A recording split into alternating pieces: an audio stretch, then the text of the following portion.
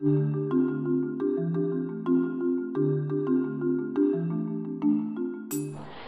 of what we learn and know about the world we live in isn't experienced firsthand. We depend on the media and news to understand what is happening around us because we cannot physically experience it.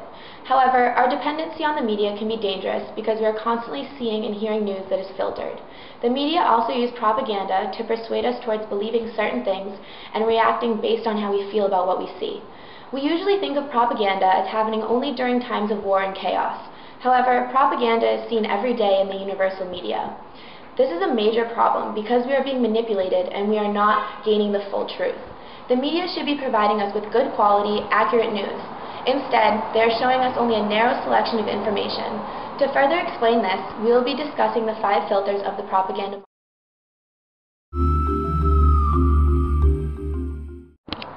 Herman and Chomsky's propaganda model begins with the filter of ownership, which is described by the theorists as the size, concentrated ownership, owner wealth, and profit orientation of the dominant mass media film. This filter explains how the mass media has become so incredibly dominant. It also explains how the wealthy business conglomerates affiliated with the government and other wealthy partners are responsible for supplying this information that is so often biased. Herman and Chomsky begin by explaining that it was not always this way. They explain that in the first half of the 19th century, a progressive press existed that represented the working class. This press established papers such as the Charter, which questioned issues such as the capitalist motives in the government. When the ruling business class became aware of this press, they felt threatened and repeatedly tried to abolish it by using libel laws and prosecutions. They also required security bonds and raised costs in order to allow the press to publicize.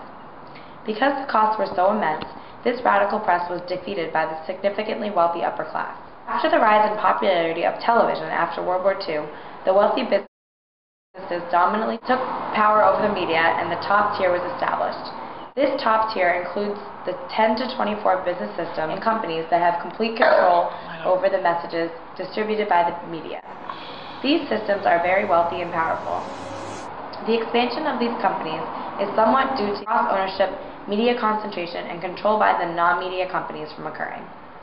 All of these increased proceeds led to aggressive takeover threats.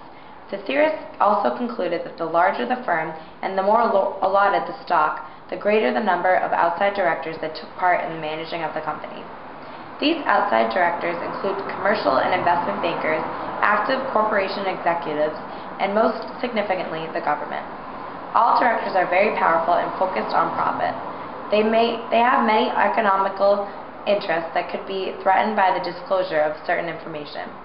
This explains why most media messages are so biased. When it comes to the most significant outside director, the government, there are a plethora of reasons why so much information is disclosed. And because the media, for example, radio and television networks, need government licenses and franchises, they are in danger of government control and harassment, and therefore must represent exactly what the government wishes it to represent.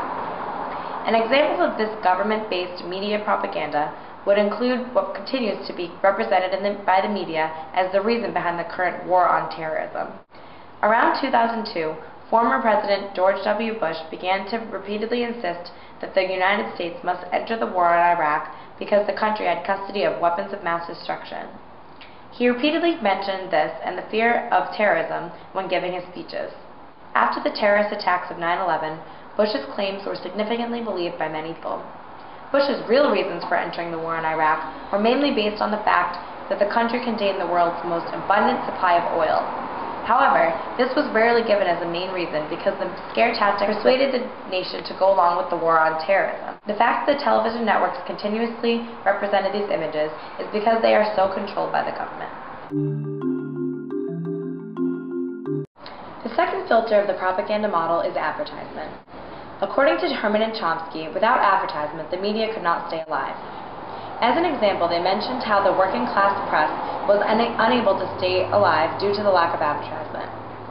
The media relies significantly on the funding of advertisement and therefore cannot show material that would upset advertisers.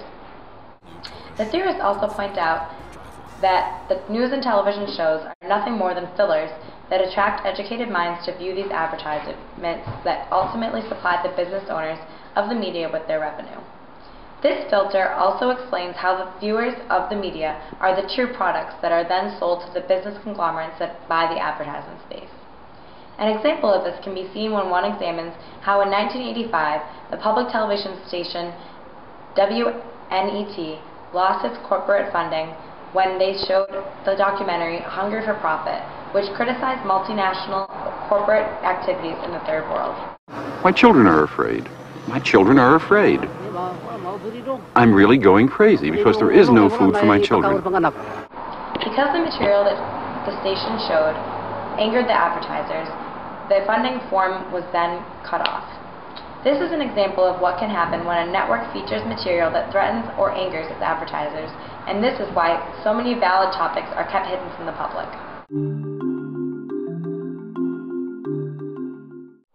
The third filter can be explained as the reliance of the media on information provided by the government business and experts funded and approved by these primary sources and agents of power. The media do not have the means financially to have supporters and camera crews at every place where breaking news could happen. Instead, the media rely on sources that give a steady stream of news.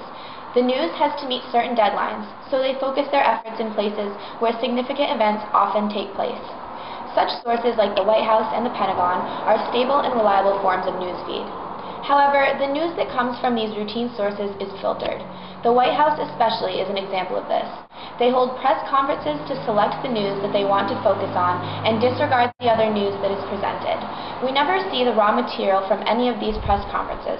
The news presented is filtered through the journalists and broadcasting networks before it reaches the television news or newspapers. The fourth filter of the propaganda model is flock and the enforcers, which differs from the rest but can be related to the third filter of sourcing mass media. Flock disciplines the media based on negative responses of media statements and programs. Flock is a system based on feedback response given from the audience within any form, from email, phone calls, petitions, lawsuits, letters, and forms of telegrams. If flock is produced from a large group of people or individuals with substantial resources, it can be costly to the media. When enough people complain, positions within the media programs have to be defended, sometimes before legislators or in court. The misleading accuracy of news can happen in the media easily and has happened in the past, not ending in the best way either. One example of this filter is two Fox News reporters, Jane Ockery and Steve Williams, were fired because they were asked to hide the truth about the discovery of animal enhancement hormones in our food. The animal enhancement hormones were making people sick, therefore Jane and Steve refused to lie to the public about such an issue. Fox originally threatened to fire them, followed up by trying to pay them off, and then finally fired them. This case falls under the fourth filter because after this event occurred, negative responses known as flock were sent in from the public. The result was that the public no longer could trust or rely on Fox News to distribute accurate and trustworthy news, and the number of viewers decreased. The fifth filter of the propaganda model is anti-communism as a control mechanism. This filter basically constitutes an evil empire in the Western world. Communism is portrayed to the rest of the world as this evil empire, and to gain profits, big corporations use the concept of anti-communism to manipulate the audiences to become terrified so they can support the wars. For example, the businesses use propaganda in hopes to get soldiers to sacrifice their lives for their country by going to war, and for the citizens to pick a side or the side that the businesses want them to be on. With the audience's support, the businesses are gaining profits. Anti-communism is an ideal concept in the Western media to go against other governmental structures like socialism. One real-life example of this filter is Obama's healthcare reform plan. Obama wants to provide healthcare for all the citizens, no matter their background, income, race, or class. The Teapot Tempests assume that Obama wants to pass a communist bill because it provides universal healthcare benefits rather than just a certain group or population. Furthermore, the Teapot Tempests refuse to engage in rational conversation with people who want to pass this bill. Instead, they just call these people communists, and this is being broadcasted to the rest of America. There are pictures of Obama with Nazi signs that are shown on the internet and television. Big businesses then make profits off of the audiences that watch the television shows and websites. Moreover, the rest of the world is brainwashed into thinking that this universal health bill should not be passed because it is communist, which is untrue. It is clear that in today's world, the media has the most influence over the human mind. We are constantly being told how to think and what to believe in, even if we do not always notice it. It is very easy to accept the injected messages of the media, but once one departs from the cycle and begins to examine it, he or she begins to notice just how slanted and potentially false this information is. Theorists Herman and Noam Chomsky developed a propaganda model that used the 5 filters of ownership, advertisement, reliance, black, and anti-communism to explain the severe controlling effects of the media today.